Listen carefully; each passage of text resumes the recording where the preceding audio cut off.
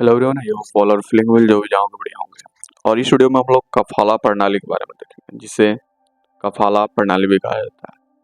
कफाला rule of Saudi Arabia, जिसका अर्थ है प्रयोजन प्रणाली। ये एक ऐसी प्रणाली है जो अरब प्रायद्वीप के अधिकांश देशों सहित मध्य पूर्व से कई अरब देशों में मौजूद है, जिससे प्रवासी श्रमिकों को किसी देश में उनके निवास की अवधि के दौरान एक विशिष्ट नियोक्ता से बांधना शामिल है। यही प्रणाली बाध्यकारी श्रम लेबल के तहत इजराइल में मौजूद थी, जब तक कि उस देश के सर्वोच्च न्यायालय ने 2006 में इसे समाप्त नहीं कर दिया। कतर में कफाला प्रणाली को 2022 फीफा विश्व कप के स्थलों के निर्माण के दौरान होने वाले श्रम दुर्व्यवहारों से जुड़ा गया है। यह प्रणाली जो खाड़ी देशों से विदेशी श्रमिकों के लिए घरेलू प्रतिस्पर्धा को रोकती है।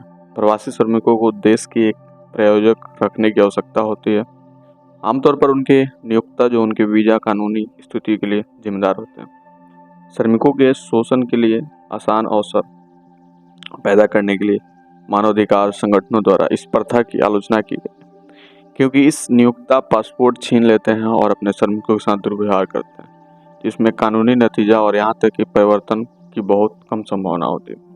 अंतर्राष्ट्रीय व्यापार संघ परिसंघ ने अपनी 2014 की रिपोर्ट में खाड़ी देशों में 2.4 मिलियन गुलाम घरेलू श्रमिकों का अनुमान लगाया था, जो मुख्य रूप से भारत, श्रीलंका, फिलीपींस और नेपाल से थे। इस्लामी दत्तक ग्रहण न्यायशास्त्र में कफाला का अर्थ बच्चों को गोद लेना है। 20वीं सदी के उत्तरार्ध में कई देशों में प्रवासी श्रमिकों को निश्चित अवधि के प्रयोजन की प्रणाली को शामिल करने के लिए कफाला के मूल कानून का विस्तार किया गया था। इस आधुनिक प्रणाली की उत्पत्ति मोती शिकार से संबंधित श्रम प्रथाओं में हुई है।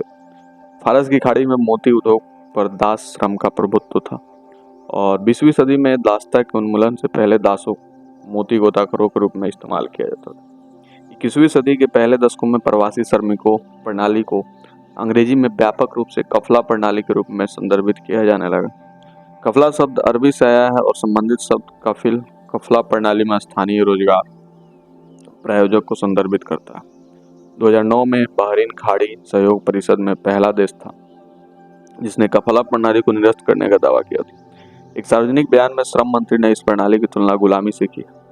श्रम बाजार नामक सुझाव में परिवर्तन अप्रैल 2009 में किए गए और 1 अगस्त 2009 से लागू किए। नए कानून के तहत प्रवासियों को श्रम बाजार विनियमन प्राधिकरण द्वारा प्रायोजित किया गया और वो अपने नियोक्ता की सहमति के बिना एक नियोक्ता से दूसरा नियोक्ता में बदल सकते।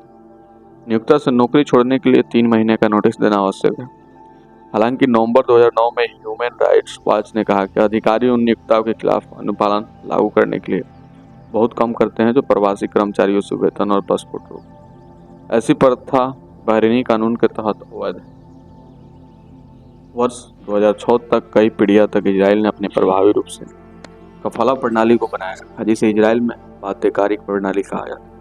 कफाला प्रणाली की तरह इजराइल में प्रवासी मजदूर अपने वीजा की अवधि के लिए एक विशिष्ट नियोक्ता से बंधे होते थे। वर्षों से जब इजराइल ने इस प्रणाली से बनाए रखा, पासपोर्ट जब्ती और अन्य दुर्व्यवहार व्यवस्थित प्रभावी रूप से दंडित नहीं हुआ। इजरायली सुप्रीम कोर्ट ने मार्च 2006 के एक ऐतिहासिक फैसले काउल वार्ड वॉक्स आउटलाइन बनाम इजराइल सरकारों में कफाला प्रणाली के इजरायली संस्करण को रद्द कर दिया, जिसे न्यायालय ने मानवाधिकारी की चिंताओं का हवाला दिया। हालांकि इजरायली श्रम विद्वानों एड्रीना कैंप और रेबेका राज्यमैन द्वारा 2014 में किए गए एक अध्ययन में दावा किया गया था कि बाध्यकारी प्रणाली अभी भी प्रवासी घरेलू श्रमिकों पर लागू होती है, हालांकि सामान्य रूप से प्रवासी श्रमिकों पर नहीं। 2006 में कफाला प्रणाली के इजरायली संस्करण को रद्द करने के फैसले के बावजूद इजराइल में प्रवासी श्रमिकों के साथ दुर्व्यवहार व्यापक रूप से जारी है। ह्यूमन राइट्स वॉच द्वारा 2015 में किए गए एक अध्ययन में पाया गया कि इजराइल में केविटिज्म पर लगभग सभी थाई प्रवासी श्रमिक गंदगी में रहते थे और उन्हें नियमित छुट्टी नहीं दी जाती थी और उनसे कानून रूप से अनिवार्य आवश्यकता से ज़्यादा काम करवाया जाता था और कम भुगतान भी दिया जाता था। कफाला प्रणाली कुवैत में प्रचलित 2018 में कुवैत फिलीपींस के साथ एक कूटनीतिक संकट में शामिल हो गया, जो मई 2018 के श्रम सौदे में समाप्त हुआ, जिसने कफाला के तहत फिलीपींस प्रवासी श्रमिकों के खिलाफ आम प्रथाओं को प्रतिबंधित कर दिया, जिसमें पासपोर्ट जब्त करना और कम से कम 1 सप्ताह में 1 दिन की छुट्टी की गारंटी शामिल थी। इसमें लेबनान भी है। लेबनान में प्रवासी घरेलू कामगार और लेबनान में गुलामी को भी जाना जाता है। कतर में लगभग 1.2 मिलियन विदेशी कर्मचारी हैं, जिनमें से ज़्यादातर भारत, पाकिस्तान, बांग्लादेश, नेपाल और फिलीपींस। जो श्रम शक्ति का 94% हिस्सा बनाते हैं। प्रत्येक कतरी नागरिक के लिए लगभग 5 विदेशी कर्मचारी, इनमें से ज्यादातर घरेलू नौकरानियां और कम कुशल कर्मचारी। अधिकांश श्रमिक ऐसे परिस्थितियों में रहते हैं जिन्हें ह्यूमन राइट्स वॉच ने जबरन श्रम के समान बताया।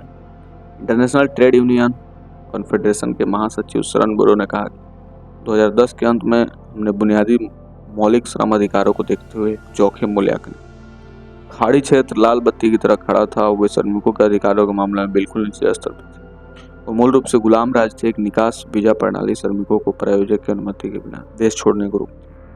नौकरी बदलने, देश छोड़ने, ड्राइविंग लाइसेंस प्राप्त करने, घर किराए पर लेने या चेकिंग खाता खोलने के लिए नियोक्ता की सहमति आवश्यक। एमनेस्टी इंटरनेशनल ने देखा कि कर्मचारियां अपने पासपोर्ट वापस पाने के लिए झूठे बयानों पर हस्ताक्षर कर रहे थे कि उन्हें वतन मिल गया। संगठन ने परियोजना प्रणाली में आमूलचूल परिवर्तन की मांग की। अरब अमेरिकी प्रवासी नासिर बेउदैन ने अपनी स्थिति का वर्णन इस प्रकार किया। कतर में विदेशी कर्मचारी अपने स्थानीय नियोक्ताओं को अधिक समय के गुलाम हैं। स्थानीय कतरी आपके मालिक हैं। कतर को 2022 फीफा विश्व कप का मेजबान घोषित किए जाने के बाद अंतर्राष्ट्रीय मीडिया का ध्यान इस पर पड़ा। मार्च 2022 में फीफा अध्यक्ष जियानी इन्फेंटिनो ने कतर के श्रम मंत्री डॉक्टर अली बिन समीक अल अमरी से मुलाकात की और श्रमिक कल्याण और श्रम अधिकारों के क्षेत्र में हुई प्रगति पर चर्चा हुई। बैठक में कतर के श्रम सुधारों के 2022 के कानून संख्या 18 का भी खुलासा किया, जिसमें सभी के लिए गैर भेदभावपूर्ण न्यूनतम वेतन स्थापित करते हुए नौकरी बदलने के नियोक्ता की अनुमति को हटाने का आदेश दिया। जीसीसी देशों द्वारा अपनाई गई कफाला का प्रयोजन प्रणाली को निम्न आय वाले प्रवासी श्रमिकों के अधिकारों का हनन का मुख्य कारण बताया।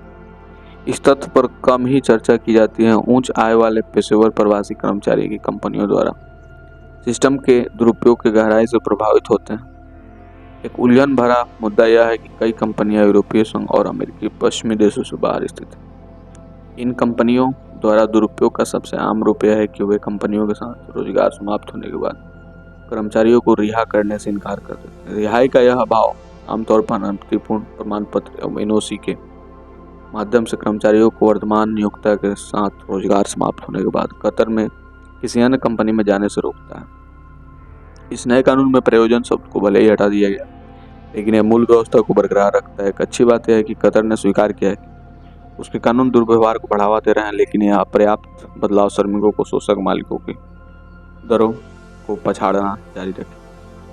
कंपनी द्वारा लागू किया गया प्रतिबंध सामान्य कर्मचारियों और उनकी नौकरी समाप्त होने के बाद 2 साल तक कतर में काम करने से रोकेगा। 72 मामलों में कंपनी व्यवसाय का अवसर विफल होने पर कर्मचारियों से पैसे ऐंठने के प्रयास में कर्मचारी को अनिश्चित काल तक रोके रखती है। उच्चतम अधिकारियों से लेकर निम्नतम सचिवों तक यह नीति हानिकारक है।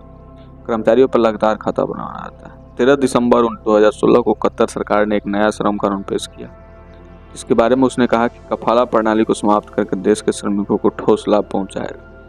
प्रवासी श्रमिकों के लिए नौकरी बदलना, देश छोड़ना आसान बनाने को उद्देश्य से बनाए गए नए तुरंत प्रभाव को लागू किया। एमनेस्टी इंटरनेशनल ने सुधारों को पर्याप्त बताया और कहा कि इससे प्रवासी श्रमिक शोषणकारी मालिकों के हाथों छोड़ दिए जाएंगे। जनवरी 2020 में कतर ने एक मंत्री स्तरीय आदेश जारी किया, जिसमें कफाला प्रणाली का हिस्सा ले रहे निजी विकास की आवश्यकता को समाप्त करते हैं। निजी विकास की आवश्यकता को हटा दिए जाने के साथ कतर में काम करने वाले प्रवासियों को अब तक कतर छोड़ने के लिए नियोक्ता की अनुमति लेने की आवश्यकता नहीं। अंतर्राष्ट्रीय श्रम संगठन ने इस आदेश को श्रम सुधार एजेंडे में एक महत्वपूर्ण मील का पत्थर। ह्यूमन राइट्स वॉच ने इस बदलाव को अपर्याप्त माना, क्योंकि नौकरी बदलने के लिए नियोक्ता की सहमति की आवश्यकता अस्थायी न्यूनतम वेतन स्तरों भेदभाव बना रहा। प्रवासी श्रमिकों को अभी भी अपने नियोक्ता की अनुमति को बिना छोड़ने के लिए गिरफ्तारी और निर्वासन का सामना करना पड़ा। अगस्त 2020 में कतर सरकार ने सभी कर्मचारियों के लिए 1000 रियाल मासिक न्यूनतम वेतन की घोषणा की, जो पिछले अस्थायी न्यूनतम वेतन 750 रियाल था, प्रति माह से अधिक है। अनापत्ति प्रमाण पत्र भी हटा दिया गया ताकि कर्मचारी वर्तमान नियोक्ता की सहमति के बिना नौकरी बदल सके। कार्यान्वयन की जांच के लिए एक न्यूनतम वेतन समिति भी बनाई गई। कतर में प्रवासी श्रमिकों के अधिकारों के मुद्दे ने तब से अधिक ध्यान आकर्षित किया जब वो 2022 फीफा कप कतर को दिया गया। द गार्जियन अखबार द्वारा 2013 की एक जांच में दावा किया कि कई श्रमिकों को भोजन और पानी से वंचित रखा गया था। उनमें से उनके पहचान पत्र छीन लिए गए थे, उन्हें जबरन श्रम करने के लिए मजबूर किया गया था और उन्हें समय पर या बिल्कुल भी भुगतान नहीं किया गया, जिसमें उनमें कुछ प्रभावी रूप से गुलाम बन गए थे। द गार्जियन ने अनुमान लगाया कि जब तक प्रतियोगिता आयोजित होगी, काफाला प्रणाली में सुधार के बिना 2 मिलियन मजबूत प्रवास कार्यबल में से ढाला, सुरक्षा और अन्य कारण से 4,000 श्रमिक मर सकते। ये दावे इस तथ्य पर आधारित थे कि 2010 में जब कतर ने विश्व कप की मेजबानी की बोली जाती थी तो 522 नेपाली श्रमिक और 700 से अधिक भारतीय थे। ये देखते हुए कतर में 5 लाख भारतीय श्रमिक थे। भारतीय सरकार ने कहा कि मौतों की यह काफी सामान्य संख्या। 2015 में बीबीसी के 4 पत्रकारों के एक दल को देश के श्रमिकों की स्थिति पर रिपोर्ट करने का प्रयास करने के बाद गिरफ्तार कर लिया गया और 2 दिनों तक हिरासत में रखा गया। संवाददाताओं को कतर सरकार के मेहमान के रूप में देश का दौरा करने के लिए आमंत्रित किया गया था। अंतर्राष्ट्रीय व्यापार परिसंघ के दावे की रिपोर्ट की थी विश्व कप में संबोधित बुनियादी ढांचों और अधिक श्रमिकों की मृत्यु। कतर सरकार का जवाबी दावा था कि किसी की भी मृत्यु नहीं हुई है। कतर के ज्यादातर नागरिक शारीरिक श्रम एवं कम कौशल वाली नौकरियां करने से बचते हैं। कार्यस्थल पर उन्हें प्राथमिकता दी जाती है।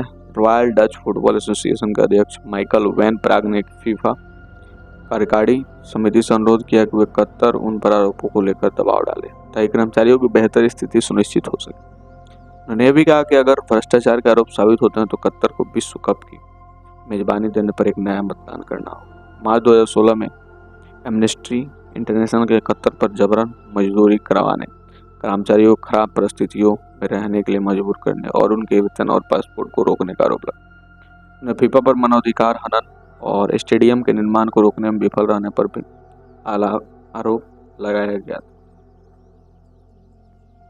जून 2017 में यूए ने अपने श्रम कानूनों को अंतर्राष्ट्रीय श्रम संगठन के घरेलू श्रमिक सम्मेलन के अनुरूप लाने के लिए एक नया विधेयक अपनाया। इसमें प्रवासी घरेलू श्रमिकों को अन्य यूएई कर्मचारियों के समान श्रम सुरक्षा प्रदान की गई। विधेयक में नियोक्ताओं को घरेलू श्रमिकों को आवास और भोजन प्रदान करने, वार्षिक न्यूनतम 30 दिन का स्वेतक अवकाश, 15 दिन का स्वेतक बीमारी अवकाश, 15 दिन का अनियमित बीमारी अवकाश, कार्य संबंधी चोटों एवं बीमारियों के लिए मुआवजा और 12 घंटे तक दैनिक आराम प्रदान करने की आवश्यकता होती है। तो ये थी कफाला रूल ऑफ सऊदी की थोड़ी सी इन्फॉर्मेशन। वीडियो काफ़ी ज़्यादा लंबी हो जाएगी जिसके कारण इसमें इतना ही रखा जाए। नेक्स्ट वीडियो में देखेंगे इसके बाकी और जल्दी मिलता है आपसे नेक्स्ट वीडियो में। तब तक के लिए बाय बाय।